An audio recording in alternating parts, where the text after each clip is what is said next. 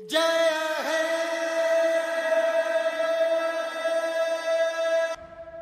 भारत हूँ, भारत है मुझ में, मैं ताकत हूँ, ताकत है मुझ में, मैं भारत हूँ, भारत है मुझ में, मैं ताकत हूँ, ताकत है मुझ में।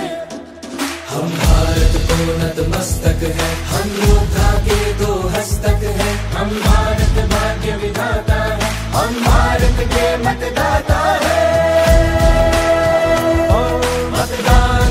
मतदान देने যারা ইয়াং ভোটার্স যারা স্কুল থেকে কলেজ থেকে বা অন্যান্য আমাদের সিনিয়র সিটিজেন রয়েছেন বিভিন্ন সমাজের বিভিন্ন স্তর থেকে যারা এসেছেন প্রত্যেকজনকে জেলা প্রশাসনের পক্ষ থেকে এবং জেলা নির্বাচন দপ্তরের পক্ষ থেকে স্বাগত জানাচ্ছি।